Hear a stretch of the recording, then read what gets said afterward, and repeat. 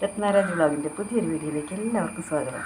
അപ്പം ഞാനിന്ന് കാളൻ ഉണ്ടാക്കിയിട്ടുണ്ട് കേട്ടോ. കാളൻ എന്ന് പറഞ്ഞാൽ ഇതിൽ നമ്മൾ ചേന പിന്നെ ഏത്തക്കായില്ലേ അത് തൊലി കളഞ്ഞിട്ട് രണ്ടാക്കിയിട്ട് നുറുക്കിയിട്ട് ശർക്കരപ്പേരിക്ക് ഉണ്ടാക്കണ മാതിരി ആക്കിയിട്ടാണ് ഇട്ട് അത് നന്നായിട്ട് വേവിച്ചിട്ട് കുരുമുളക് പൊടി ചേർക്കണം. അത് കഴിഞ്ഞിട്ട് തേങ്ങയും ജീരകവും കൂടി നന്നായിട്ട് ഒരു തേങ്ങ എടുത്തിട്ടുണ്ട്, ഒരു തേങ്ങയല്ല അരമുറി ഫുള്ള് എടുത്തിട്ടുണ്ട്.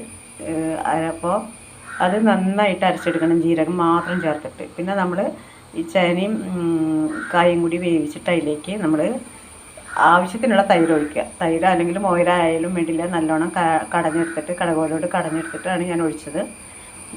അത് കഴിഞ്ഞിട്ട് അത് നല്ലോണം വറ്റി വരുമ്പോൾ തേങ്ങ അരമുറി ജീരകം ചേർത്ത് അരച്ചത് അതും കൂടി ചേർത്തിട്ട് നമ്മളത് നല്ലോണം കുറുക്കിയെടുക്കണം.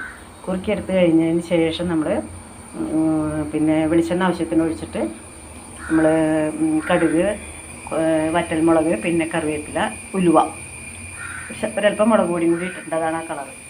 എല്ലാം കൂടി ചേർത്തിട്ട് നന്നായിട്ട് മൂപ്പിച്ചെടുത്തിട്ട് ഇതിലേക്ക് ചേർത്തതേ ഇതാണ് എൻ്റെ കാളൻ.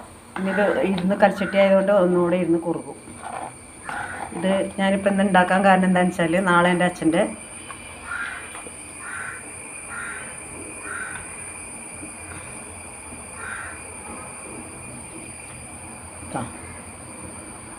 എൻ്റെ അച്ഛൻ്റെ ശ്രാദ്ധമാണ്. അപ്പോൾ ഇന്നിപ്പോൾ എൻ്റെ വീട്ടിൽ നിന്ന് എൻ്റെ സിസ്റ്റേഴ്സും ബ്രദറും വരും. ഞങ്ങൾ ആലുവ മണപ്പുറത്താണ് വെളിയിടുന്നത്, അതിന് വേണ്ടിയിട്ടാണ് വരുന്നത്. അപ്പോൾ ഇന്നൊരിക്കൽ രാത്രി ചപ്പാത്തി, ഉച്ചയ്ക്ക് ഊണ് കഴിക്കാം, രാത്രി ഞങ്ങൾ ചപ്പാത്തിയാണ്. ഞാനിന്ന് എന്ത് വേണമെങ്കിലും കഴിക്കാം കേട്ടോ. അപ്പോൾ ഇന്ന് ഞാൻ വിചാരിച്ച ചപ്പാത്തിയും പിന്നെ കടല വെള്ളത്തിലിട്ട് വെച്ചിട്ടുണ്ട്.